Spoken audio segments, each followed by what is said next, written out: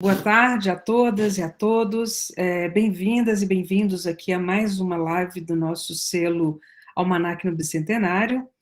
Hoje nós temos como convidada a professora Andréia Slimia, né, enfim, que é da casa, né, a Andréia Slimia, vocês sabem, ela foi editora-chefe até o ano passado da revista, né, e é uma das mentoras aqui, na verdade a principal mentora desse espaço de discussão que a gente tem feito aqui, né, e que a gente tem dado sequência, né, para as nossas discussões da revista Almanac para fora, né, para além da publicação de textos da revista e dos nossos fóruns.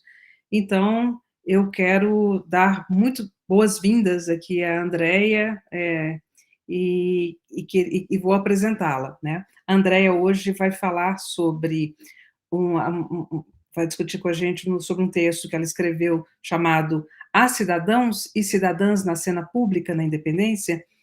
Andréia, como vocês todos sabem, é professora da Unifesp, professora do Departamento de História do Programa de Pós-Graduação. Ela é especialista em História do Brasil entre os séculos XVIII e XIX, com ênfase no processo das reformas ilustradas das independências e da formação do Estado Nacional. Atualmente, suas principais temáticas são as análises das instituições de justiça, especialmente as formas processuais, inclusive de tribunais mercantis, com os quais nós dialogamos bastante, não é, André? Com isso, ela tem trabalhado muito numa interface de História e Direito. Ela foi editora-chefe da revista Almanac de 2019 a 2021, atualmente é editora da Revista Brasileira de História, né, NAMPU, e bolsista de produtividade do CNPq. A Andréia é autora de diversos artigos, livros sobre as temáticas relacionadas acima, né? Não posso deixar de mencionar sobre o Império das Leis, do CITEC, 2009, que é um clássico da historiografia brasileira, né? Enfim, todos os meus alunos leem todos os semestres.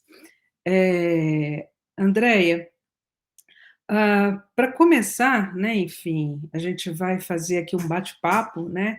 Eu queria que você falasse um pouco sobre essa temática que está tão, né, em voga no momento, que é trazer as mulheres para a cena do bicentenário da independência, né? Ou seja, a participação das mulheres, né? Enfim, esse debate nos parece um pouco recente, mas na verdade, né? Enfim, outros historiadores e historiadoras já se debruçaram sobre ele.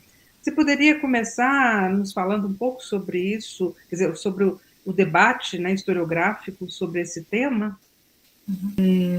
Antes de mais nada, eu quero agradecer muito aqui a revista Almanac, na figura da Cláudia Chaves, da Valentina Aiolo, que são editoras, a Cláudia, minha parceira aí de vários trabalhos, e também pela oportunidade da gente conversar sobre um tema que eu escrevi algumas linhas, digamos, né, alguns textos, inclusive com a Daniela Teles, que está aqui também como, né, uma parceira. E talvez eu comece respondendo a sua pergunta, Cláudia, com a seguinte, ela me permite falar uma questão que eu acho que é interessante, que eu acho que esse bicentenário, esse momento do bicentenário, ele tem produzido algumas alterações importantes, inclusive na historiografia da independência, e eu diria também algumas alterações importantes no que é a memória da independência. Porque todos nós aqui sabemos que a memória da independência, a memória oficial da independência, ela é muito sedimentada.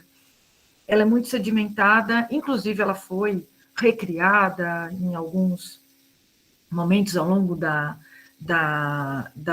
história, mas ela foi muito marcada por uma leitura oficial, oficiosa, uma leitura de que nós não teríamos uma revolução, nós não teríamos uma participação da população, das populações, no seu processo, que era uma alternativa conservadora, ou seja, é uma marca muito forte dessa memória. E qualquer pessoa que hoje observe o que tem acontecido esse ano pode perceber que não só o tema das mulheres tem ganhado protagonismo, mas muitas leituras e releituras da independência, que estão sendo chamadas cada vez mais de independências, falando em protagonismos de outros grupos, outras pessoas, a participação de afrodescendentes, a participação de indígenas, as pautas identitárias estão muito colocadas hoje nesse bicentenário. Não à toa, se a gente observa as propagandas dos eventos dos bicentenários, são todos assim, outros 200, outra independência, decolonização. Ou seja, eu acho que nós estamos num momento onde essa memória, essa memória oficial e talvez até bastante consolidada, ela tem passado por transformações. Eu diria que ela está passando por transformações, tanto do ponto de vista dos setores progressistas, em que nós estamos colocando outros agentes discutindo a independência de outra forma, e ela também tem sido instrumentalizada por outros grupos, reforçando a sua pauta, digamos, oficial, né, de alguma maneira. O fato é que hoje no Brasil, no meu entender, a valorização do tema do papel das mulheres, ela está colocada nessa conjuntura, numa conjuntura em que, ora, ainda que a gente não tenha dado não tenha dado tanta importância algumas décadas atrás ao fenômeno da independência, ao se falar em 200 anos hoje, nós falamos do passado, 200 anos, e nós estamos falando dos 200 anos do presente, do que nós somos enquanto nação. Ou seja, hoje, falar das pautas identitárias, falar dessa tensão na leitura da memória oficial da independência, eu acho que está vinculado muito a esse fenômeno que a independência promove enquanto tema, que é falar do seu momento, efetivamente, 1820, 1800, enfim, todo o processo, e falar do que se constitui propriamente o Estado do Brasil e falar de todos os seus problemas. Então, esse tema, questões de direito, questões de gênero, questões de raça, que estão na ordem do dia da nossa sociedade, eles estão muito transferidos hoje para o próprio bicentenário, é o que a gente tem observado, e eu acho que tem um lado muito saudável disso acontecer também. É claro que a gente tem que sempre tomar cuidado com o discurso crítico sobre as fontes e tudo mais, né?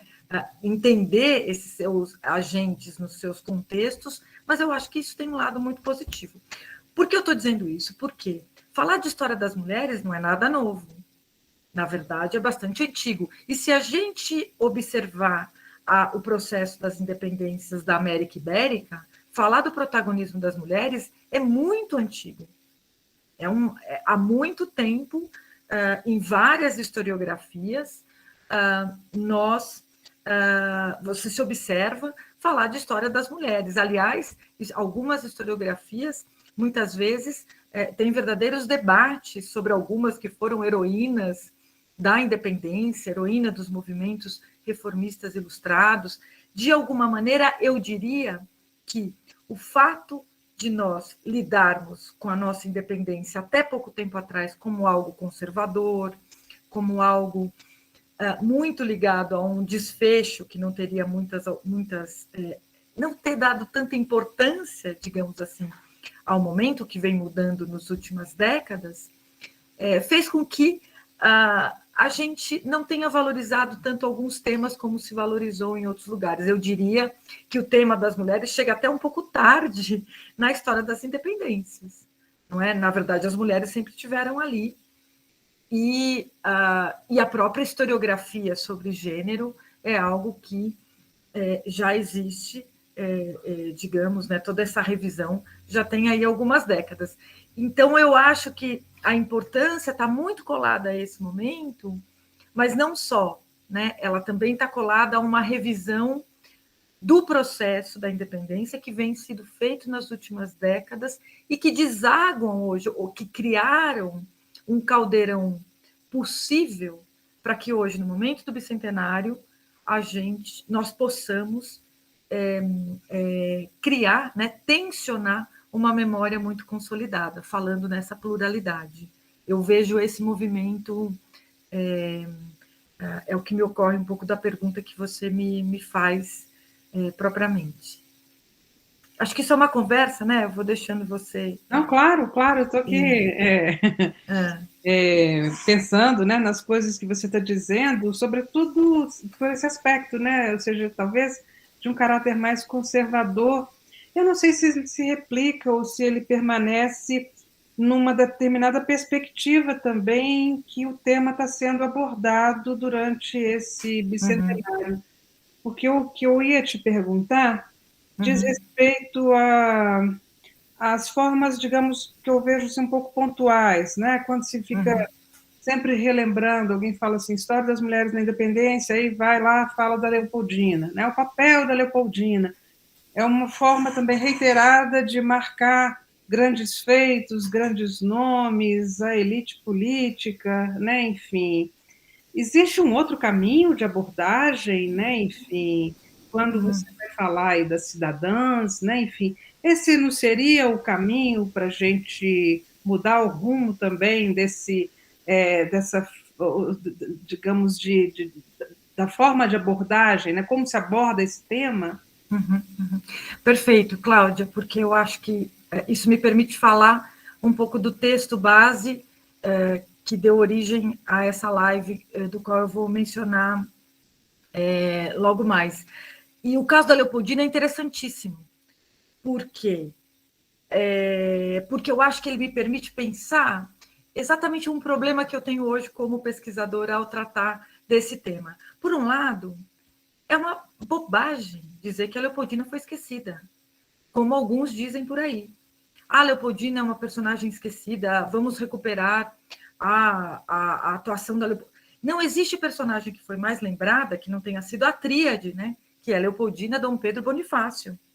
Que, inclusive, quem assiste hoje, quem vê hoje os canais oficiais, você vê que reduziram a independência a um acordo palaciano, onde a Leopoldina é uma das partes disso. Não é? Isso por um lado. Então, é uma bobagem, eu tenho visto isso por aí, e as pessoas reiterando como se ela fosse esquecida. Por outro lado, o que para mim significa falar em silenciamento? Porque eu acho que essa é a questão. O que significa entender a história das mulheres? A Leopoldina não foi esquecida no seu protagonismo político, ela foi vista, ela foi, inclusive, enfim, já foi dito que ela participou, não participou, fazia parte do papel dela como princesa participar e tudo mais. No entanto, entendê-la numa perspectiva de gênero, eu diria que ela ainda não foi tão valorizada como outras mulheres tampouco foram tão valorizadas. Por quê? Para mim, a grande questão, quando eu coloco essa pergunta a cidadãos e cidadãs, a questão para mim é o seguinte: é fato que as mulheres estiveram lá, é fato que as mulheres sempre estiveram na história, sempre estiveram presentes, inclusive mais que os homens. Né? Até hoje nós somos mais mulheres do que homens em geral. Né? No entanto, o que significa entendê-la não de uma perspectiva do ponto de vista, ela agiu no lugar do marido, ou ela estava ali assinando no lugar do marido. Ora, o que significa entendê-la num retrato que eu chamei em um texto que eu escrevi alguns anos atrás sobre a Leopoldina, um retrato de corpo inteiro da imperatriz, aonde ela também era mãe, também era princesa, também era filha, também era esposa, e ela também era estadista, porque ela foi também estadista. E o que significa entendê-la nesses papéis, e mais do que isso, entender como que ela mesma criava na sua condição, e lia a partir da sua condição de mulher, a própria subjetivação desses personagens todos que ela era. Né? Então, para mim é muito pouco dizer ela assinou o papel, ela não assinou o papel, ou ela participou, é óbvio que ela participou da política, porque todas as mulheres como ela participavam, ela nasceu na política. É estranho para mim dizer que a Leopoldina tem uma tendência a vê-la, ainda que ela esteja no marco da transformação de uma sociedade burguesa, tem uma certa dificuldade em inseri-la nesse quadro pelo que ela é, pelo que ela escreveu de si mesma, ainda que essa transformação esteja em curso do ponto de vista do final do século XVIII e XIX. No entanto, volto a dizer, né, o que significa entendê-la naquele contexto como um papel de mulher, que ao mesmo tempo também tem um papel de filha leal, também tem um papel de mulher, de esposa, mãe, e como que ela cria, e como ela subjetiva, ela vai criando os seus próprios papéis. Não é? Isso me parece ser, aí sim, nesse ponto, ela foi menos estudada. Agora, dizer que ela foi esquecida, do outro ponto de vista, é uma... Porque, nesse sentido, o que eu estou querendo dizer é que existem formas diferentes de esquecimento. Por exemplo, a Maria Quitéria igualmente não foi esquecida. No entanto, como ela foi lembrada? Ela foi lembrada um pouco numa chave valorosa, um pouco numa chave de que ela, enfim, teria ocupado o lugar do soldado, ela foi masculinizada de alguma maneira. Então, eu acho que falar da história, falar em cidadãs, falar em mulheres, significa ter essa preocupação, afinal, como que isso... nesse ponto, eu acho que você me pergunta como que a gente pode fugir de algumas chaves, né? Ou seja, como eu estou dizendo aqui para vocês, falar do protagonismo social das mulheres é quase que óbvio, mas a gente tem hoje, nas últimas décadas, trabalhos valorosos da historiografia no Brasil que têm falado do protagonismo social das mulheres, vários. Eu nem vou citar um para não deixar de citar outros. Mas, enfim, desde os que estudam Hipólita Jacinta, Joaquina de Pompeu, ou mulheres comuns, escravizadas, pobres, mulheres... Outro dia eu participei de uma live, eu mediei uma live da CEL sobre o protagonismo das mulheres, que a Eliana Ramos Ferreira, do Pará, falou sobre as mulheres da cabanagem, ou seja, isso existe, isso é fato. Eu acho que a gente não tem... É uma evidência pensar isso, né?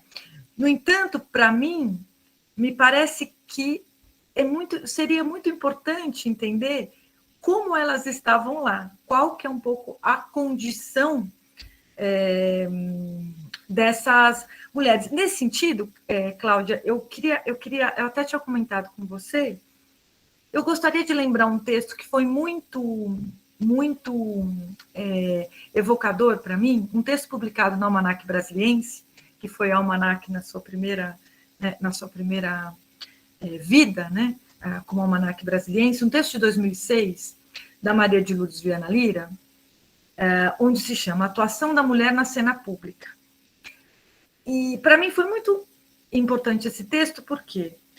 Porque a Maria de Lourdes, ao olhar para a história das mulheres nesse momento, ela vai fazer o seguinte, ela vai perceber como é que, na imprensa, na cena pública, nas manifestações políticas, existiram participações de mulheres. E ela vai, desde a primeira citação que ela faz, uma das primeiras, onde ela cita um manifesto assinado por mulheres da Vila Real do Brejo, na Paraíba, que foi encaminhado ao Cipriano Barata, que foi publicado no Sentinela da Liberdade. É muito interessante como ela vai marcando como essas mulheres, ao se engajarem na luta, né, pela independência, uma luta patriótica que existiu, né, que existiu efetivamente, existiu um discurso nesses anos que valorizou um momento de certa euforia e de participação política muito importante. As mulheres, ao participarem, ela vai mostrando como elas vão, ao mesmo tempo, falando do seu papel de mãe, dos famigerados varões, dos seus papéis de esposas, e também vão tensionando a ideia dos seus próprios direitos. E me parece super interessante esse texto, porque na nossa historiografia, um dos primeiros que vão falar que isso significa, falar das mulheres nessa cena, é falar de um momento muito específico, quando, desde finais do século XIX, essas questões estão na ordem do dia. Não é? Por mais que você diga que a ordem patriarcal vai se perpetuar, esse momento é um momento de tensão, que já acontece, que acontece na França, que acontece na Espanha, que acontece na Nova Granada, que acontece na Nova Espanha, onde existe uma tensão colocada no discurso, no posicionamento das mulheres nesse momento, que me parece muito interessante e que tocam na sua condição subalterna, ainda que algumas vezes de forma mais clara e algumas vezes de forma talvez mais indireta, né? Quando a própria Maria de Lourdes Viana Lira evoca vários exemplos que elas vão usar palavras escravas ou não, ou seja, tensionando qual que é o seu papel, a sua obediência, não obediência colocada. E eu acho que isso eu explorei um pouco parte dessa, eu explorei juntamente com a Daniele Telles, que está aqui num texto que vai sair publicado agora num livro que eu organizei com a Júnia, Cartografias do Brasil sobre a Independência. Nós exploramos um pouco a valorização da participação da mulher na cena pública, a ideia de patriotismo, isso que está muito presente de alguma forma. No entanto, a questão que me move hoje, mais especificamente, e eu acho que essa que é a pergunta que eu tenho e que me dá a margem um pouco ao título que eu coloquei da apresentação de hoje, é a seguinte, e eu vou ler porque eu acho que fica mais claro. A valorização da participação da mulher na intensa cena pública que se abriu desde o constitucionalismo português, depois da independência do Brasil, alterou ou pôde contribuir para alterar sua condição como sujeito de direito? Essa é a minha pergunta. Essa é a minha pergunta por quê? Porque você observa várias manifestações que são para além de patriotismo, eu diria. Então, vou dar um exemplo. Eu começo esse texto que vai ser publicado no blog das Independências, blog que depois vou pedir para alguém divulgar aqui na lista, e que também é um outro texto que eu mandei para uma coletânea. Eu começo o texto dizendo e citando aquela famosa sugestão do Borges de Barros nas Cortes de Lisboa de que as mulheres também deveriam votar. E é claro que isso rapidamente sai da cena, mas é muito interessante, porque quando se coloca o tópico da mulher votar, de alguma forma, por mais que isso rapidamente alguns abafem essa questão, está se tensionando exatamente o que nós estamos falando do novo sujeito da participação política, ou seja, participar de forma patriótica, estar presente, isso é fato. O quanto se você tensiona e faz com que as mulheres ocupem, né, ou se vejam em outros lugares, como vai acontecer, como, por exemplo, o caso francês é o mais paradigmático, as feministas francesas, enfim, que estudaram e que vão falar no direitos universal das mulheres, isso está presente de alguma forma aqui também. Outro momento que isso fica muito claro e aparece na imprensa, muitas vezes, não só nas manifestações de patriotismo, mas, por exemplo, em algumas manifestações que eu e Daniela encontramos, onde se reprocha o fato de você ter preso ilegalmente algumas mulheres, porque, como cidadãs, elas não poderiam ser presas, porque um dos valores constitucionais é que você não pode prender ninguém sem ter provas efetivas. Isso também aparece, e aparece com esses termos. Tem um documento que eu acho muito significativo, que às vezes as pessoas tendem a olhar para ele como algo um pouco num outro sentido, que é um requerimento, em 1823, algumas mulheres casadas com portugueses escrevem para o monarca no Rio de Janeiro, dizendo que elas se diziam brasileiras e se opondo à ideia de que o monarca queria deportar os seus maridos diante daquela horrível, eu estou usando os termos que elas usam, né? Horrível distinção entre brasileiros e portugueses. Dom Pedro queria deportar o marido de todas elas, elas fazem um manifesto dizendo para o monarca que isso enfim, porque que vai essa distinção era horrível e que, na verdade, eles sempre trabalharam pela causa do Brasil e tudo mais. E é interessante que, no final do manifesto, elas dizem assim, mas por que o José Bonifácio, Martim e Afonso Ribeiro, que são casadas com portuguesas, por que não manda embora também as portuguesas? Por que quer mandar embora só os nossos maridos?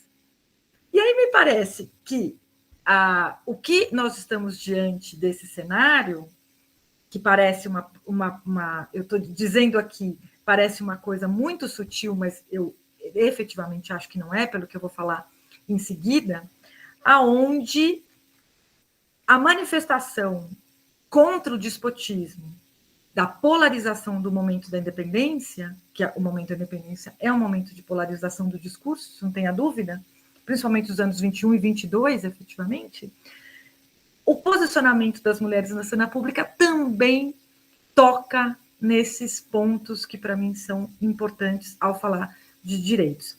E aí eu queria só terminar a resposta a esse, citando algo que tem me chamado muito a atenção, discutir isso também com o Daniele, que está aqui, que a gente também tem que tomar um certo cuidado com a imprensa. O próprio Cipriano Barata, quando chama as mulheres do Brejo, né, para escreverem, ele as chama para escreverem como valorosas, como luta pela independência, mas ele marca o tempo inteiro o papel delas de esposa, de mãe e tudo mais. Ou seja, eu acho que, para terminar o que você me pergunta, eu acho que muito da história das mulheres está em como fazer essa história e como nós podemos também entender e ler nesses vestígios, né, que nós temos, essa tensão, né, esse tensionamento. Como que a gente pode ler essas fontes e ler, inclusive, né, não quero dizer, não vamos dizer aqui que eu estou chamando o Cipriano Barata de machista, mas, no fundo, qual que é a subjetivação dessas mulheres que ele imagina? Ele está colocando-as numa chave das heroínas gregas, romanas, que lutaram pela guerra, e ele coloca as nossas valorosas mulheres numa chave muito parecida. Tá? Então, eu acho que isso também a gente tem que tomar um pouco de cuidado quando fala dessas questões todas. Eu sei que eu falei muito, mas é que estou tentando dar uma linha aqui a partir das suas perguntas. Imagina, estou achando sensacional essa conversa, porque eu acho que essa é uma chave muito interessante, muito mais produtiva para a gente fazer essa discussão que está posta aí, né? Enfim, no cenário, está nos debates, né? Me causa uma espécie quando alguém trata, não vou falar aqui agora das mulheres na independência, e busca exatamente essa chave das grandes heroínas, das guerreiras, não sei o quê, porque participou, enfim, eu acho que esse é o caminho, né, que a gente está conversando aqui.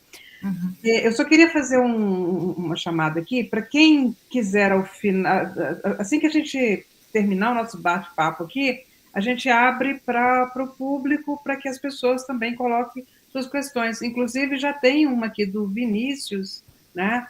E, Vinícius, caso você queira abrir o seu microfone e perguntar, senão a gente lê aqui a sua pergunta, tá? E, Andréia, se você quiser falar mais alguma coisa do blog, fique à vontade, né? Porque essa é um projeto bem especial aí, né? Que envolve Ampu, envolve a Cell e a própria revista Almanac. Mas voltando, né, ao que você estava dizendo aí, das cidadãs, né, enfim, da cidadania, da perspectiva de universalidade, antes do período revolucionário, né, da Revolução Constitucionalista, das independências, assim, que vai exatamente evocar essa perspectiva da cidadania, como, né, o Barros, né, o Borges de Barros, ele vai mencionar, havia uma clareza, é possível verificar isso, ou seja, nos movimentos das mulheres, enfim, de que elas eram portadoras de direitos, que elas podiam se representar, porque eu acho muito curioso que isso tenha. Eu te pergunto isso, inclusive, porque lendo as consultas da Junta de Comércio, né, quer dizer, as mulheres mercadoras, elas se fazem representar muito bem nessas esferas, né, nesses espaços institucionais. Né? Elas dizem, olha, nós somos vassalas, enfim, elas querem apresentar os seus direitos frente a espaços mais corporativos, muito masculinos, enfim. Eu fico pensando por que um brasileiro, né, enfim, é alguém que vai ter coragem de ir lá nas Constituintes de Lisboa para dizer que esse tema deveria ser um tema baiano, um baiano, né, enfim, baiano. Naquele momento, né, enfim, não um brasileiro, mas um baiano, né, enfim, que está aí lá nas cortes colocando esse tema que não foi sequer discutido, né? Mas, enfim, havia essa percepção? Então, de direitos, sem dúvida. Representação, eu acho que a gente tem um pouco, eu diria alguma coisa a mais. Mas antes de entrar propriamente no que você me pergunta, e depois eu retomo aqui o que o Vinícius Albuquerque diz aqui, ele já menciona, né, que eu comecei de alguma maneira a responder, eu queria dizer, referendar que a provocação do meu título, ela está muito ligada à provocação de um texto muito recente de um historiador espanhol chamado Carlos Petit, que publicou um texto há pouco tempo atrás, chamado Espanholas, né, Gaditanas, para falar das cortes de Cádiz. E ele faz a provocação dizendo o seguinte, que na Constituição de Cádiz, ou seja, no momento de Cádiz, que todos nós sabemos que é um momento, assim, também de bastante efusão social na Espanha, e que você tem a participação efetiva, né, a participação política efetiva ali de mulheres, algumas que ficaram famosas e tudo mais, ele faz uma provocação onde ele diz o seguinte, lendo os textos produzidos nesse momento, ele vai dizer que muitas vezes, aonde se lia cidadãos, as mulheres tomariam para si, ou algumas pessoas poderiam tomar para si, que aquilo se referia também a cidadãs. E ele até diz que a possibilidade que o gênero pudesse ser usado, o gênero neutro, como a gente usava até pouco tempo atrás, ou seja, falar cidadãos, incorporaria também as mulheres, ou seja, incorporaria também as cidadãs. A provocação do Carlos Petit me parece super interessante, na medida em que eu acho que está dando um eco aqui no que eu falo. Segura rapidinho, Andréia. Já fechou aqui. Beleza. Não, perfeito.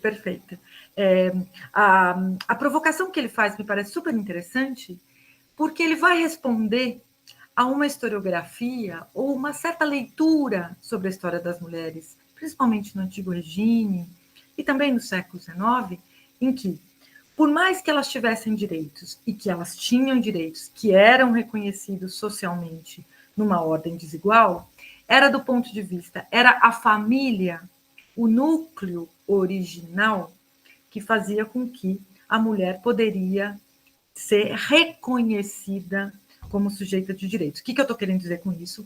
Que ela seria reconhecida, sobretudo, pelo seu papel de mãe, de esposa, de filha, né, o papel vincular. E veja que os termos que eu estou usando aqui são os mesmos termos que depois vai aparecer também na imprensa, também onde vai se evocar esses mesmos termos. Ora, a provocação dele, portanto, é dizer que naquele momento constitucional, o posicionamento ou as posições que se dão em relação à atuação das mulheres vai para além desse espaço. E você poderia falar em cidadãs. Por quê? Porque teriam, de alguma forma, conseguido ou estava na ordem do dia direitos constitucionais.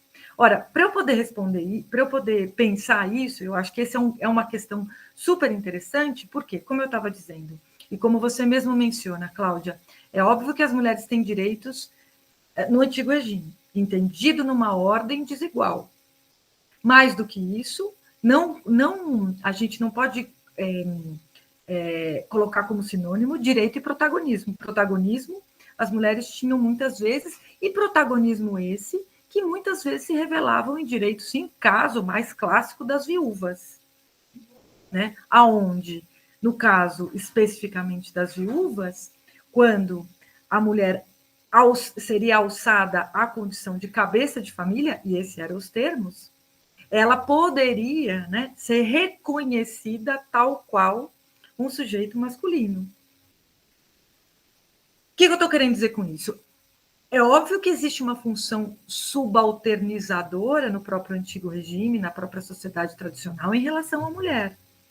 Isso não quer dizer que existe uma dinâmica muito mais rica e que vale a pena pensar entre o que a gente poderia chamar de norma e prática. Na verdade, você tem uma dinâmica muito mais intensa, em que muitas vezes você tem ação social em nome do reconhecimento. Ora, elas mandam seus pedidos, elas atuam, elas reivindicam a si ocupar determinados papéis. E aí eu estou falando não só das mulheres brancas, estou falando das escravizadas, que falam do direito de terem o seu filho, que teria comprado a liberdade, e tudo isso. Todo mundo reconhece um pouco esse universo, todo mundo tem visto quanto a historiografia tem andado muito, e mulheres vinculadas com o comércio. Hoje tem trabalhos que discutem essa questão, como que algumas mulheres vinculadas com o comércio acabavam assumindo o papel e, portanto, tinham seus direitos reconhecidos. Veja, eu não vou entrar muito aqui, mas a lógica do Antigo Regime é ser uma ordem garantista de direitos desiguais. Mas, sem dúvida, que isso acontecia o tempo inteiro. Ora, o que acontece? O que eu acho interessante da gente pensar? O constitucionalismo altera esse quadro? Essa que é a questão. Ele altera, ou seja, na medida em que ele vai colocar na ordem do dia a ideia de que não se trataria mais de sujeitos distintos, né, de sujeitos de direitos distintos numa ordem desigual, mas você trataria de uma ordem universalizante, né? Aonde é que, como é que isso alteraria, digamos assim, a própria condição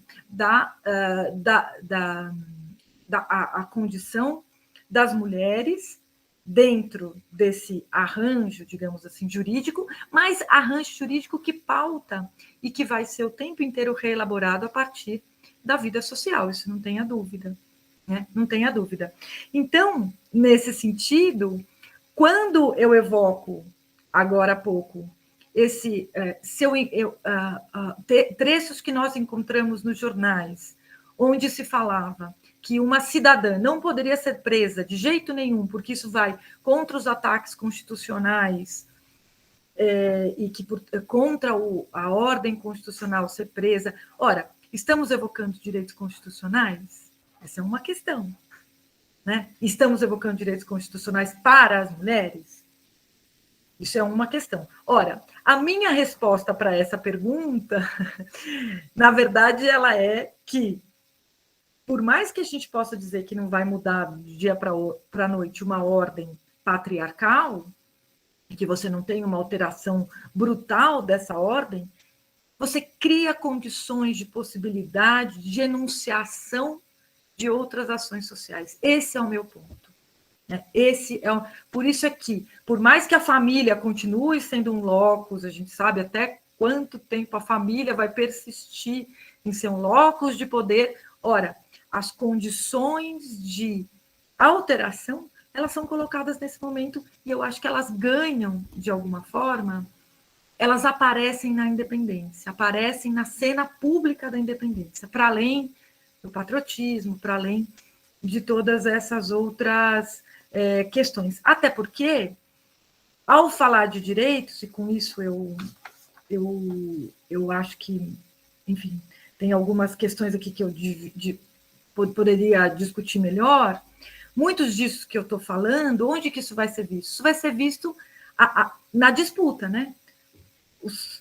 A cidadania são direitos civis e direitos políticos. Direitos civis também são direitos, e direitos civis são direitos importantes, não só votar, mas também ter direito ao seu, por exemplo, a compra da sua liberdade. Isso é um direito civil que a gente não pode deixar de colocar aqui. E, claro, a partir disso, ainda temos muitos que estudar ainda sobre como essa tensão, a partir da Constituição, se faz no embate da sociedade em relação aos seus problemas efetivos, ou seja, estudar as disputas é importante, estudar esses espaços de litígio são importantes, que é onde a gente pode perceber se você, de fato, tem uma tensão, se você, de fato, você vai ver na boca das pessoas que vão evocar falarem cidadãs, porque no debate político isso aparece. Agora, volto a dizer, não é algo do dia para a noite, não é do dia para a noite que você vai ter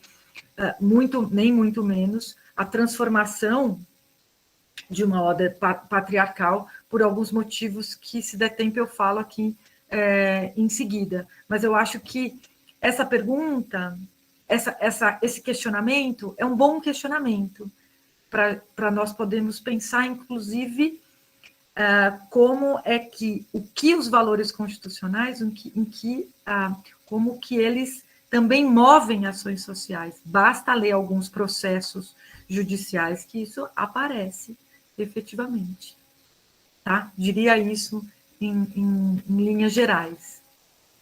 Muito bom, André. Para finalizar aqui, né, enfim, eu abro para as pessoas que estão nos ouvindo aqui, eu queria que você falasse para mim um pouquinho mais sobre esse tema que você está discutindo, porque me parece, até pelo que você evoca aí do Petit, que apesar de, não diretamente, mas indiretamente, né, enfim, é esse universo jurídico que vai, digamos, dar né, enfim, por interpretar essa ideia de universalidade, que vai dar um caminho para que, digamos, que através das ações jurídicas, esse direito ele possa ser, de alguma forma, reconhecido, né? Então, quer dizer, me parece que esse é o espaço, né, em que essas questões elas se afirmam, né? Quer dizer, tudo bem, lentamente, paulatinamente, quer dizer, de forma muito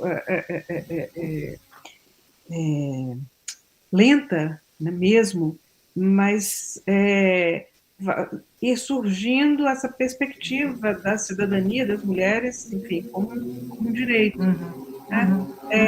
Enfim, se você pudesse falar um pouquinho mais sobre isso. Não, eu percebi aqui falando que isso é central, senão é um pouco difícil, talvez, terminar o meu raciocínio, né? O que você me coloca agora. Porque, afinal, o que significa falar em cidadania? O que significa falar de um sujeito universal, que é o que vai ser criado, né, pelo constitucionalismo do século XIX, e todo mundo sabe, um sujeito universal que vai se revelar como altamente excludente na medida em que as pessoas vão deixar de ter, né, a sua particularidade, e você cria um sujeito de direito onde, a princípio, todos aqueles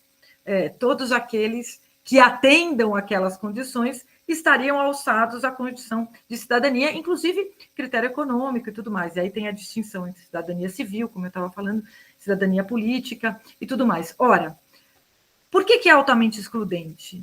Porque a condição universal, ela não cria, a Constituição, melhor dizendo, embora ela crie as condições de mudança, eu diria assim, as condições de possibilidade de mudança, de construção de um sujeito universal, e eu diria que a luta política da sociedade ao longo do século XIX é em prol da efetivação dessa igualdade, sejam escravizados, sejam indígenas, sejam mulheres. Acho que a luta do século XIX está marcada por isso. Vou retomar essa questão no que eu quero dizer. Mas, embora a Constituição cria, ela não cria a condição da igualdade. Pelo contrário, ela não cria a igualdade, ela não vai criar do dia para a noite. Até porque a Constituição, sozinha, ela não vai alterar os outros códigos e normas sociais existentes. Ela não altera, ela projeta. Por isso é que, às vezes, as pessoas... Ora, indígenas vão ser cidadãos? Eles vão lutar por cidadania, sim. Óbvio que vão lutar por cidadania. Agora, para o indígena ser cidadão, ele tem que se reconhecer como, de alguma forma, integrado no Império do Brasil. Ele tem que se integrar, né? Integrar, a gente pode entender integrar da forma que for, mas isso é o motivo de uma intensa luta política, que é o que a gente tem observado vários e vários trabalhos agora que têm discutido essa questão. Não é? Afinal, o indígena, quem vai ser cidadão? Ora, o Império vai criar algumas condições que estão na Constituição de 24, que vão abrir possibilidades de inclusão, e é no espaço da luta propriamente política que você vai efetivamente tentar, né, tensionar esses critérios que são criados. Os casos dos indígenas é evidente, né, onde você tem uma luta, em alguns casos. Agora, é fato que a Constituição do Império vai dizer que são cidadãos brasileiros, não basta ter nascido no Brasil, tem que ser cidadão, ou seja, tem que estar integrado à sociedade. Essa foi uma das questões da Constituinte. Mas, enfim, eu estou dizendo isso porque eu acho que a cidadania é a luta política que se dá também a partir daí. No caso das mulheres, isso é um pouco mais... É um pouco diferente, eu diria, ainda que bastante complicado. Ao se adotar a ideia de cidadão universal, você cria um paradoxo, num certo sentido, entre aqueles que, de fato, são desiguais. Não é? Ou seja, você tem uma norma que é criada, a Constituição em 24 e outras pelo mundo inteiro, mas você mantém um monte de ordenamentos em que a mulher tem um papel na família, o filho não pode ir contra o pai, ou seja, você tem uma série de coisas que seguem existindo. Não é? Então, você cria um certo paradoxo ao dizer que, por um lado, você denuncia, e isso foi denunciado desde o final da Declaração dos Direitos Universais das Mulheres, é isso, denuncia a tirania perpétua dos homens contra as mulheres, mas se você, na verdade, coloca a igualdade na ordem natural, e era assim que estava na Declaração Universal, é a ordem natural, você cria um paradoxo, porque naturalmente, socialmente, são entes desiguais, na verdade. Né? E isso vai estar expresso numa série, vai estar expresso, eu diria, tanto nos ordenamentos que a gente herda, né, quando nasce o Império, você tem, inclusive, as ordenações filipinas, que todo mundo sabe, que vão seguir vigentes até 1916, e elas têm efetividade aí, eu acho que grandes questões da família, a força está colocada aí também, mas ela também persiste na norma social, e a norma social é muito importante. Ela é muito importante, porque ela vai ser um pouco como, digamos, ela vai ser o substrato com o qual isso vai ser lido. Portanto, ao colocar esses sujeitos numa ordem natural, né, ao colocá-los numa ordem natural, mas você está falando de pessoas desiguais, você cria um paradoxo. Daí a exclusão, óbvio. Né, a exclusão de outros também, que não estão na mesma ordem. No caso especial das mulheres, a literatura sobre gênero vai mais além. Vai mais além nesse sentido. Vai dizer que isso vai criar quase que uma espécie de uma armadilha na luta das mulheres. Por quê? Porque a luta das mulheres para serem iguais ou para terem direitos iguais aos homens, ela vai estar sempre baseada numa ideia de ordem natural. E o problema estaria em você tomar o masculino e o feminino sempre como uma ordem natural.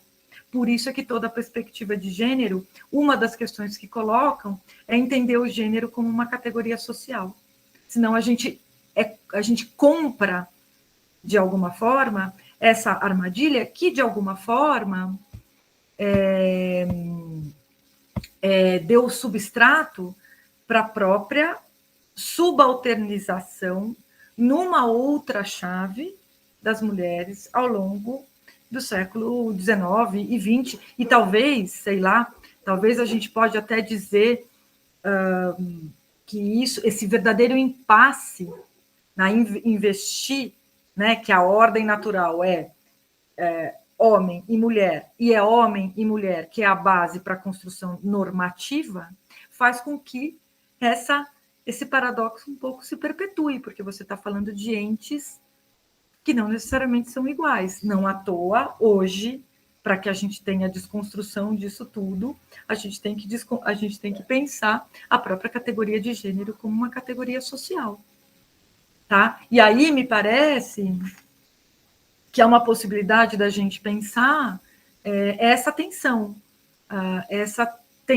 que eu estou convencida que o Momento da Independência também, de alguma forma, coloca, senão seria impossível, né? Pessoas como a própria Anísia Floresta, em 1832, que vai fazer um manifesto a favor da participação das mulheres, ou seja, tem condições de possibilidade? Tem, e tem várias mulheres que estão lutando cotidianamente pelos seus direitos efetivamente. O quanto esses níveis da realidade dialogam, para nós historiadores, é sempre uma tarefa difícil, mas eu acho que é a tarefa mais interessante da gente entender o que eu quis chamar aqui desse contexto um pouco, né? E um pouco além de dizer que as mulheres estão lá, mas entender como elas estão lá e qual que é esse panorama de fundo que atravessa todo esse processo para falar, inclusive, por cidadania.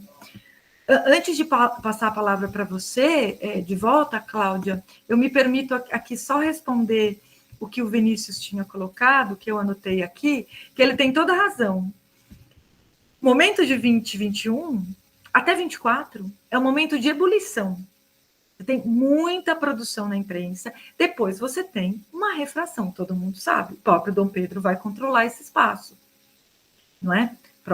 E depois, em 31, a coisa, de novo, tem uma abertura, né? Por que isso é interessante da gente pensar? Porque também tudo isso, me parece, né? Toda essa disputa que eu estou discutindo aqui, participam, claro, de um momento em que a cena pública está se construindo.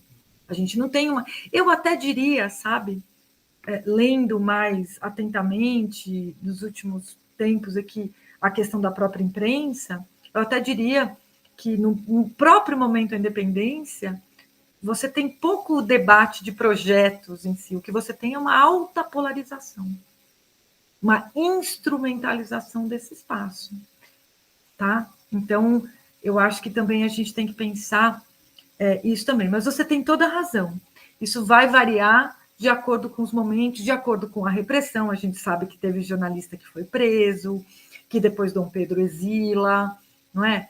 E que depois faz devassa, tem um momento aí, sem dúvida, mas é importante você lembrar isso, porque senão parece, né, que é um fenômeno que segue sempre igual.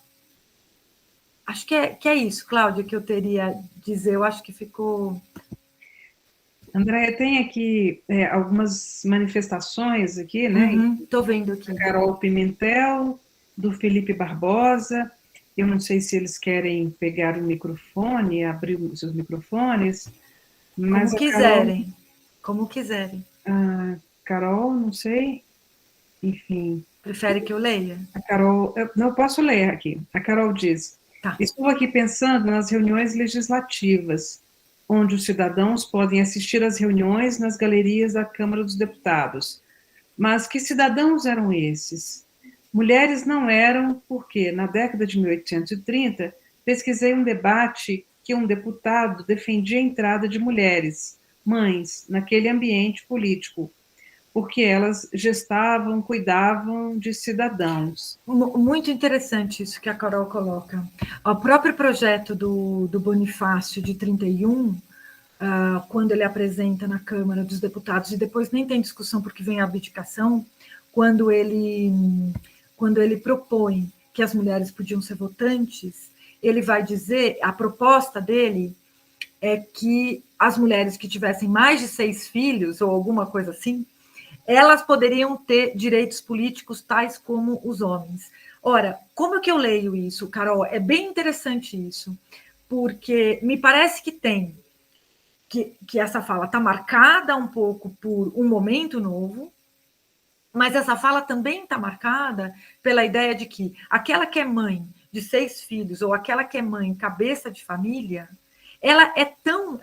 deveria ter tantos direitos quanto um homem tem. Isso não é tão novo. Isso é o caso das viúvas que eu estava falando agora há pouco. Então, a ideia da mãe não é só a mãe progenitora natural, mas é a mãe quando é a mãe que que cuida da família, que mantém a família, às vezes, muitas vezes. Isso me soa que também poderíamos pensar algo por aí. Esse projeto do Bonifácio, que é famoso, de 31, ele vai dizer, ele vai pegar exatamente a partir dessa história da mãe. Muito interessante como a gente tem uma categoria, ao mesmo tempo, inclusiva, que também passa por algum critério de subalternidade, digamos, né? Mas me parece que a mãe aí tem que ser lida nessa chave ativa também. Não sei se eu respondi, Carol. Eu também tenho as mesmas... legal que você tenha procurado se elas entraram, né? Porque em outras assembleias, em outros lugares, a gente tem notícias que as mulheres estavam ali, propriamente, não é? Então, legal que você tenha buscado isso. André, o Felipe pede que a gente leia aqui. Depois do Felipe, eu passo para o Renato, que ele está ali aguardando para falar. Felipe diz: parabéns pela apresentação, professora Andréia. O processo de independência se constituiu também como uma janela de oportunidades para ascensão social e ou conquista de direitos entre alguns sujeitos históricos. No caso das mulheres, gostaria que você falasse um pouco mais sobre as ações de algumas delas nesse contexto de possibilidades e disputas, tendo em vista esse novo momento histórico que se apresentava para elas. Uhum. Eu posso já passar direto para o Renato e você responde? Claro, Pois? claro, claro. Renato, por favor.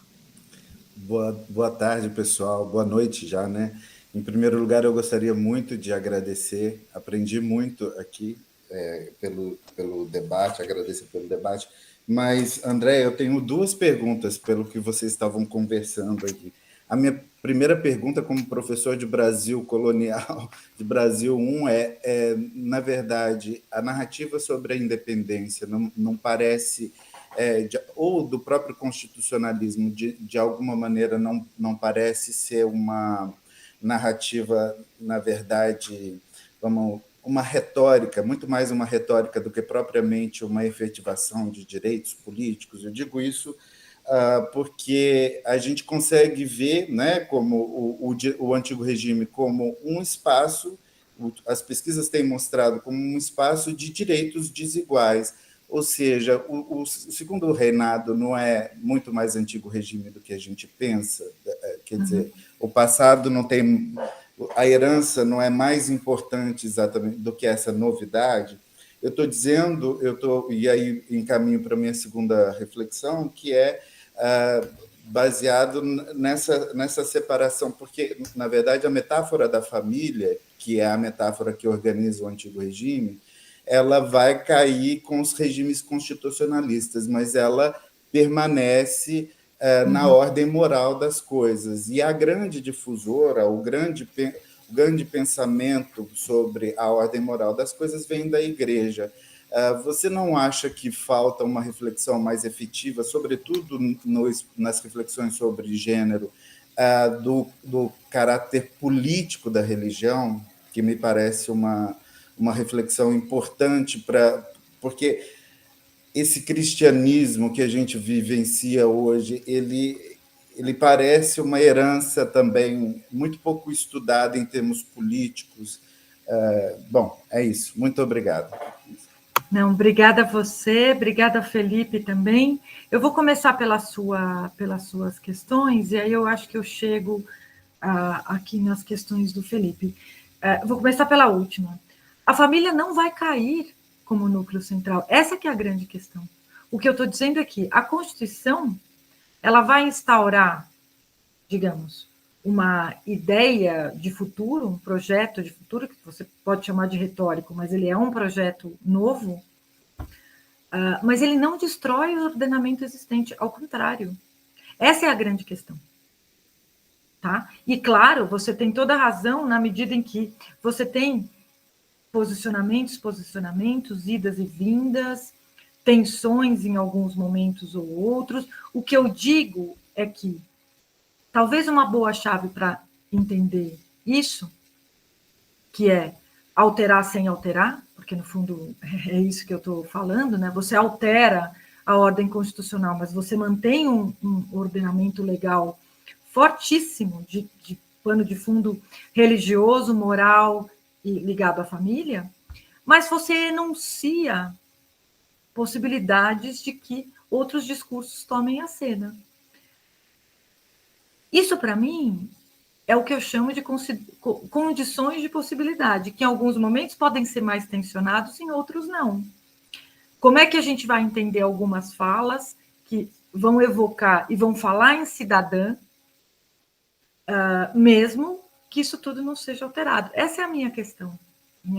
Eu estou de acordo com você, talvez, que se nós fizermos um recorte, do ponto de vista desses direitos, você tem menos mudanças do que mais. Mas você tem a enunciação de um momento novo. E isso é forte. Isso é forte não só no Brasil. Agora, é um momento novo que cria os seus próprios paradoxos. Enunciei-o aqui, o que eu estou dizendo. Não é? Cria um grande paradoxo, porque, veja, eu vejo esse paradoxo, inclusive na fala do José Bonifácio, quando a pergunta que a Carol me fez aqui, né? Na medida em que ele vai dizer que a mulher pode ter direitos políticos, o que ele vai dizer? Que ela seja mãe. O que isso significa? Isso é um paradoxo. Né? Porque como que você vai dizer que a mulher é igual ao homem no momento em que ela ocupa um lugar, ou poderia ocupar um lugar, de mantenedora um pouco da família? Tá? Agora, o que ele está dizendo? Em direito a voto, o que é uma coisa que não é uma coisa qualquer. Não é uma coisa que... isso vai perpassar. Isso vai aparecer, muitas vezes, nas disputas judiciais, isso vai aparecer. Né? Isso vai ter uma dimensão que é importante. E, veja bem, eu acho que, ao mesmo tempo que isso se mantém, também se mantém uma série de direitos civis que já existiam, da ordem antiga. Então, quando a gente pensa, invertendo a sua chave, da sua pergunta, você diz assim, tem um monte de continuidade. Ok, mas também tem continuidade de direitos que já tinham. Então, a sua pergunta me parece que tem essas duas, me possibilita pensar essas duas. Veja, o meu problema é, claro que, é entender como é que a gente pode fazer esse enquadramento para entender, tendo como pano de fundo a própria ideia de que você tem a gestação, entre aspas, de uma ordem burguesa, digamos, né? Você tem, isso se enuncia. E você tem a gestação, né? A ideia da igualdade está colocada, como que as pessoas vão usar a igualdade é da ordem também dessas disputas, né? Mas eu digo, eu responderia dessa forma, mas e acho que você tem razão da questão moral, acho que talvez ainda, né, a discussão sobre a questão moral, sobre o papel moral, inclusive de alguns ordenamentos que vão existir, eu acho que é uma boa forma também de entender isso. Mas tem que entender que no antigo regime essas mulheres também têm os seus direitos reconhecidos, né? Senão a gente está falando, né, de algo como que o patriarcalismo vai ser tão monolítico, né? Enfim, eu responderia assim. E, claro, a narrativa sobre a independência. Eu acho, inclusive, sabe o que eu acho, Renato? Eu acho que a imprensa constrói uma narrativa muito forte sobre a independência. Ela carrega... A imprensa vai ter um papel mobilizador, um pouco nesse momento, em exaltar, falando, e a gente vai tem que saber ler um pouco esses discursos também, porque mesmo o patriotismo, não adianta a gente dizer, a fulana escreve contra o despotismo, e quem está usando isso é o jornalista para dizer, olha como a mulher se posiciona politicamente. Ora, ela está usando as armas que as pessoas no Rio de Janeiro estão usando para defender a independência do Centro-Sul. Então, também a gente tem que tomar cuidado com isso, porque senão a gente vai dizer assim, maravilhosas essas mulheres, o redator está usando para falar, para defender um projeto dele, para dizer que tem engajamento feminino. Então, isso tem que tomar sempre, acho que cuidado. E com isso eu chego na questão que o Felipe me coloca, e acho o seguinte, Felipe, mesmo das mulheres que têm sido mais estudadas, eu acho que tem várias questões que se colocam nesse momento que tensionam, né? A própria Leopoldina, de alguma maneira, ainda que ela seja muito mais antigo regime, me parece, do que às vezes a gente tende a vê-la. Mas ela, nas suas cartas, se coloca também em alguns momentos você percebe que tem, digamos, quase que uma gestação ali de uma ideia indivíduo. Quando ela se coloca não frente a todos os papéis que ela tem. Quando ela... Isso me parece que é uma forma de entender também as possibilidades.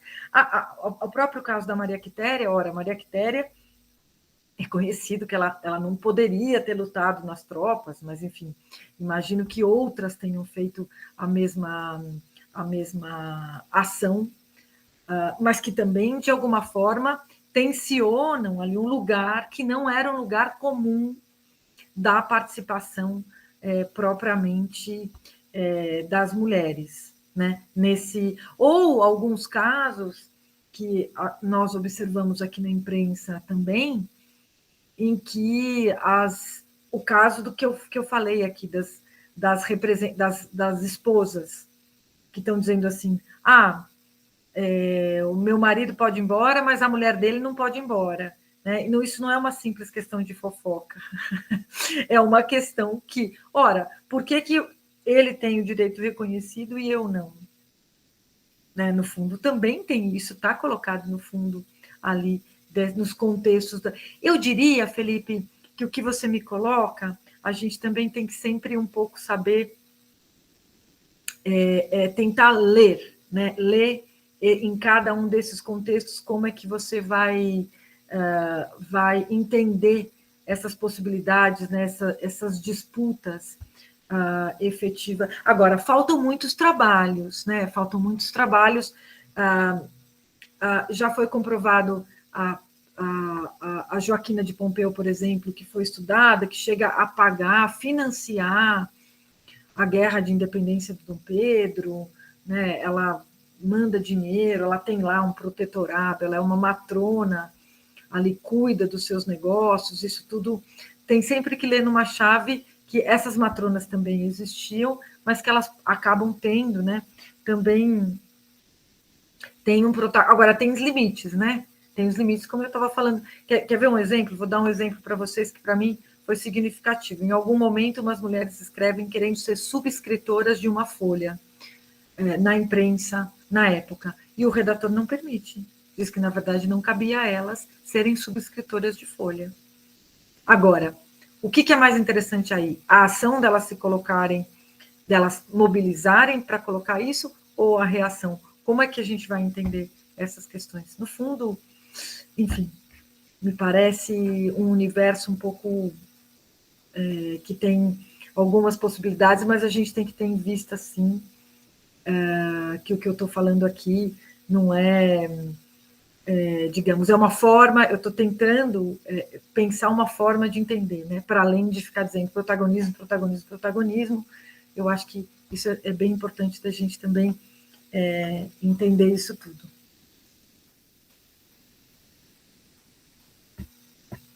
Bom, Andréia, é excepcional, viu, essa tarde de conversa aqui, muito, muito boa mesmo, eu estou até pensando em mudar de tema de pesquisa. Opa! Para não sair do comércio, eu vou ficar com as... Eu tenho várias ideias aqui. Quem quiser, eu tenho várias ideias de temas aqui, alguns... Às vezes a gente não acha, todo mundo que queira trabalhar, e a gente não dá conta de trabalhar com tudo, né? Então, com certeza. É assim, mas enfim. A Carol está, inclusive, informando aqui que o doutorado dela aqui, que ela está debruçada nesses anais da legal. Excelente. Que ela é orientanda da Adriana. Da Adriana.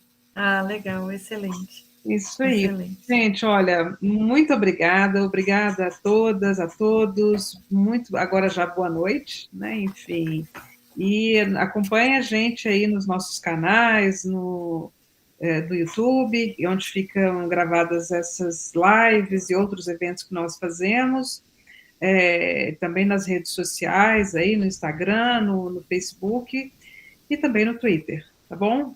Gente, olha, muito obrigada e boa noite. Muito obrigada a vocês aí, viu?